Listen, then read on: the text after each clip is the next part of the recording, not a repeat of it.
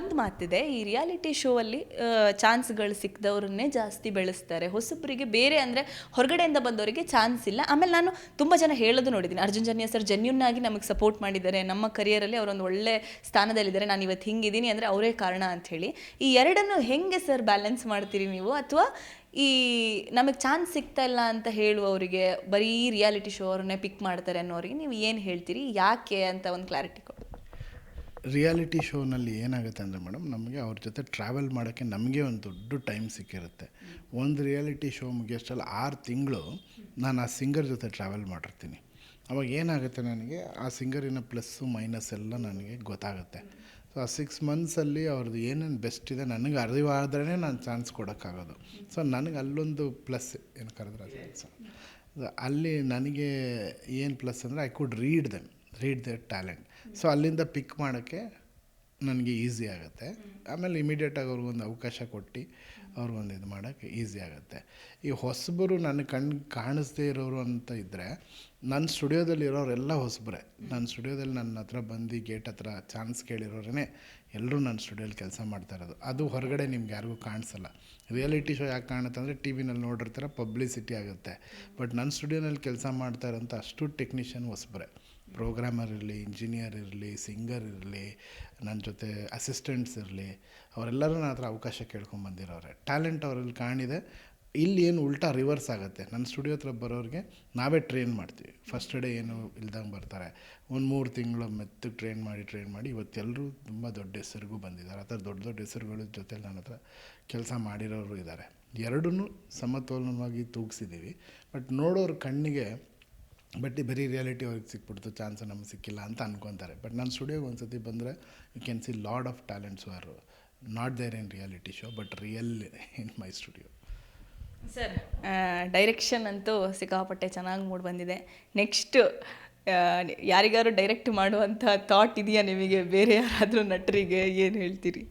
ಈ ಕತೆ ಬರೆದಿದ್ದೀನಿ, ಖಂಡಿತವಲ್ಲೂ ಇದೆ. ಏನು ಅನ್ನೋದು ಮುಂದೆ ಹೇಳ್ತೀನಿ.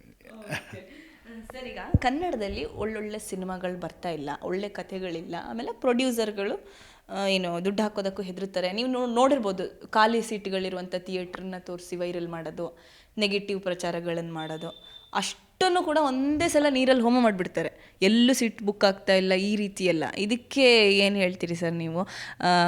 ಅಷ್ಟು ದಿನ ಮಾಡಿರೋ ಸಿನಿಮಾಗೆ ಒಂದು 2-3 ಕಾಮೆಂಟ್ಗಳಲ್ಲಿ, ಒಂದು 30 ಸೆಕೆಂಡ್ ವಿಡಿಯೋಗಳಲ್ಲಿ ರಿವ್ಯೂ ಕೊಟ್ಬಿಡೋದು, ಏನು ಹೇಳ್ತೀರಿ ನೀವು ಇದಕ್ಕೆ?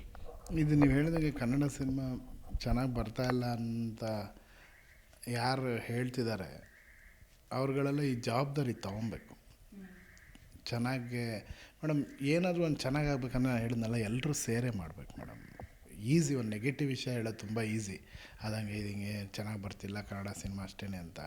ಬಟ್ ಎಲ್ಲರೂ ಸೇರಿ ಏನು ಜವಾಬ್ದಾರಿ. ನಾನು ಹೇಳ್ತೀನಿ, ಈ ವರ್ಷ ಎಷ್ಟು ಒಳ್ಳೊಳ್ಳೆ ಸಿನಿಮಾಗಳು ಬಂದಿದೆ, ನಾನು ನೋಡಿದ್ದೀನಿ. ಅದಕ್ಕೆ ಚಿಕ್ಕ ಸಿನಿಮಾ ಅಂತೆಲ್ಲ ಹೇಳೋಕ್ಕೆ ನನಗೆ ಇಷ್ಟ ಇಲ್ಲ. ಸಿನಿಮಾನೇ, ಚಿಕ್ಕದು ದೊಡ್ಡದು ಅಂತಿಲ್ಲ. ಎಷ್ಟೋ ಒಳ್ಳೊಳ್ಳೆ ಡೈರೆಕ್ಟ್ರುಗಳು ಹೊಸ ಕಥೆಗಳು ಮಾಡಿ ಬೇರೆ ಬೇರೆ ರೀತಿಯಲ್ಲಿ ಎಷ್ಟೋ ಜನ ಮಾಡಿದ್ದಾರೆ. ನೀವು ಇವಾಗ ಹೇಳಿದ್ರಲ್ಲ, ತೆಗೆದು ವೀಡಿಯೋ ಮಾಡಿಬಿಡೋದು, ಅದೆಲ್ಲ ಆ ಫಿಲ್ಮ್ಗಳಿಗೆ ಒಳ್ಳೇದು ರೀತಿಯಲ್ಲಿ ಮಾಡ್ಬೋದಲ್ಲ. ಈ ಫಿಲ್ಮ್ ಇವಾಗ ನೋಡಿದ್ರೆ ತುಂಬ ಚೆನ್ನಾಗಿದೆ ನೋಡಿ, ಈ ಆ್ಯಕ್ಟ್ರ್ ನೋಡಿ ಎಷ್ಟು ಚೆನ್ನಾಗಿ ಮಾಡಿ, ಈ ಡೈರೆಕ್ಟ್ರ್ ನೋಡಿ ಎಷ್ಟು ಚೆನ್ನಾಗಿ. ಆ ಥರ ಒಂದು ಮೈಂಡ್ ಸೆಟ್ ಜನಕ್ಕೆ ಬರಬೇಕು. ನೆಗೆಟಿವ್ನ ಹೋಲ್ಡ್ ಮಾಡಿ ಪಾಸಿಟಿವ್ನ ತೋರಿಸೋದೇ ಜೀವನ. ನಮ್ಮಲ್ಲಿ ಎರಡೂ ಇರ್ತಾನೆ. ಯಾವ ವ್ಯಕ್ತಿನೂ ಹೊರಗಡೆ ಬಿಡ್ತೀವಿ ಅನ್ನೋದು ನಮ್ಮ ಚಾಯ್ಸು. ನಮ್ಮ ಹೊರಗಡೆ ರಾಕ್ಷಸನೂ ಇರ್ತಾನೆ, ದೇವರು ಇರ್ತಾನೆ. ಆ ರಾಕ್ಷಸ ನೀವು ಹೇಳಿದ ಕೆಲಸ ಎಲ್ಲ ಮಾಡಬೇಕು ಅಂತ ಉತ್ತೇಜನ ನೀಡ್ತಾನೆ. ಬಟ್ ಒಂದು ಮೈಂಡ್ ಅಂತ ಇದೆ, ನಾವು ಅವನ್ನ ಹೋಲ್ಡ್ ಮಾಡಬೇಕಿಲ್ಲ, ನಾನು ಇದು ಮಾಡಲ್ಲ, ನಾನು ಇದು ಒಳ್ಳೇದು ಬಂದಾಗ ಇಮಿಡಿಯೇಟಾಗಿ ಮಾಡಬೇಕು. ಒಳ್ಳೇದು ಬಂದಾಗ ಒಳಗಡೆನೇ ಮುಚ್ಚಿಕ್ಬಿಡ್ತಾರೆ, ಹೇಳಲ್ಲ. ಹೇಳಿದ್ರೆ ನಾವು ಚಿಕ್ಕವರಾಗ್ಬಿಡ್ತೀವ, ಅಥವಾ ಯಾಕೆ ಮಾಡಬೇಕು, ನಮ್ಗೆ ಮಾಡಿದ್ರೆ ಏನು ಸಿಗುತ್ತೆ ಇದು. ಸೊ ಆ ಮೈಂಡ್ ಅವಾಗ ಯೋಚನೆ ಮಾಡಿಲ್ಲ. ಒಳ್ಳೇದು ಬಂದರೆ ಬಿಟ್ಬಿಡು, ಏನಾಗಲ್ಲ. ಒಳ್ಳೇದು ಮಾತಾಡೋದು ಏನೋ ಒಳ್ಳೇದೇ ಆಗುತ್ತೆ, ಬಿಟ್ಬಿಡು. ಕೆಟ್ಟದ್ದು ಬಂದರೆ ಹೋಲ್ಡ್ ಮಾಡು. ಈ ಬುದ್ಧಿ ಎಲ್ಲರಿಗೂ ಬರಬೇಕು. ನೀವು ಹೇಳ್ದಂಗೆ ಒಂದು 2 ನಿಮಿಷದಲ್ಲಿ ಏನೇನು ಅವಶ್ಯಕತೆ ಏನಿದೆ? ಖಾಲಿ ಥಿಯೇಟ್ರ್ ಇದ್ದರೆ ಏನು ತಪ್ಪು?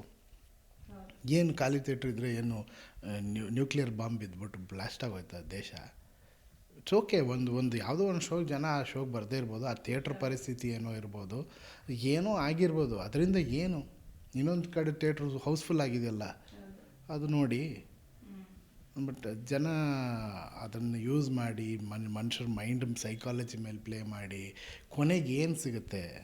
ಒಂದು ಸಿನಿಮಾ ನೀವು ಏನಾದರೂ ಕೊಲ್ಬೋದು ಅಷ್ಟೇ, ನಿಮಗೇನು ಸಿಗುತ್ತೆ? ಏನಿಲ್ಲ.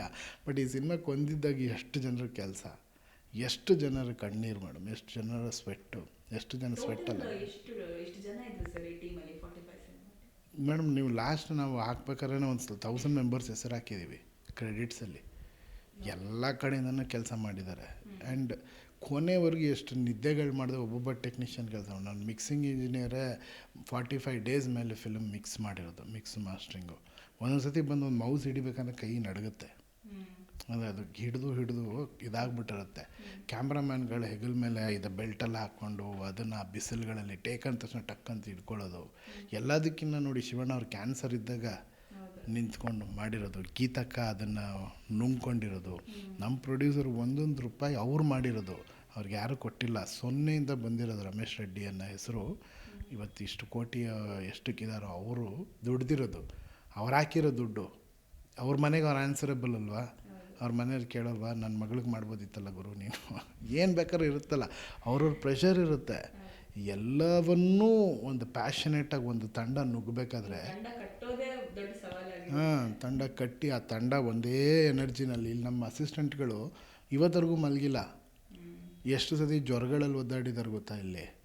ಎಷ್ಟು ಪ್ರೆಷರ್, ಟೈಮ್ ಸರಿಯಾಗಿ CG ಬಂದಿರಲ್ಲ, ಅವನು ಎಲ್ಲೋ ಇರ್ತಾನೆ, ಅವನ ಹತ್ರ ಫೈಟ್ ಮಾಡಿ, ಇವ್ರ ಹತ್ರ ಫೈಟ್ ಮಾಡಿ, ಎಲ್ಲ ನೊಂದು ಕೊನೆಗೆ ಆ ಫಿಲ್ಮ್ನ 2.5 hours ಶೇಪ್ ಮಾಡೋದಿದೆಯಲ್ಲ, ಆ ಶೇಪ್ ಮಾಡೋ ಪೇನ್ ಯಾರಿಗೂ ಗೊತ್ತಿಲ್ಲ, ಅದು ತಂಡಕ್ಕೆ ಮಾತ್ರ ಗೊತ್ತು. ಅದೆಲ್ಲ ಮಾಡಿ ನಿಮ್ಮ ಮುಂದೆ ತಂದಿಟ್ಟಾಗ ಯಾರೋ ಒಬ್ಬರು ನೆಗೆಟಿವ್ ಎನರ್ಜಿಗೆ ಜಾಸ್ತಿ ಪವರ್ ಇದೆ ಅಂತ ಗೊತ್ತು, ಅದನ್ನು ಟಕ್ಕಂತ ಹಾಕ್ಬಿಡ್ತಾರೆ ಅದರೊಳಗಡೆ. ಅದು ಹೇಳಿದ್ರಲ್ಲ, ಇಷ್ಟು ಚೆನ್ನಾಗಿ ನೀವು ಅನ್ನ ಬಡಿಸೋದು ಒಂದೇ, 1 ಡ್ರಾಪ್ ವಿಷ ಹಾಕೋದು ಒಂದೇ. ಅದನ್ನು ತಿಳ್ಕೊಂಬಿಟ್ಟಿದ್ದಾರೆ ಜನ, ಇದು ಹಿಂಗೆ ಮಾಡಿದೆ ಹಿಂಗೆ ಮಾಡಿಬಿಡ್ಬೋದು ಅಂತ. ಬಟ್ ಅದರಿಂದ ಮರ್ತೋಗ್ಬಿಟ್ಟಿದ್ದಾರೆ. ಇವತ್ತು ನೀವು ಹಾಕೋ ವಿಷ ನಾಳೆ ನಿಮಗೆ ವಾಪಸ್ ಬರುತ್ತೆ, ಅದು ಎಲ್ಲೂ ಹೋಗಲ್ಲ, ಬೇಕಿಲ್ಲ. ನೋ ಉತ್ಪ್ರೇಕ್ಷೆ, ನೋ ಊಹಾಪೋಹ. ತಾಜಾ ಸುದ್ದಿ ನಿಖರ ಮಾಹಿತಿಗೆ ಬ್ರೌಸ್ ಮಾಡಿ vijayvani.net. QR ಕೋಡ್ ಸ್ಕ್ಯಾನ್ ಮಾಡಿ ಆಪ್ ಡೌನ್ಲೋಡ್ ಮಾಡಿಕೊಳ್ಳಿ.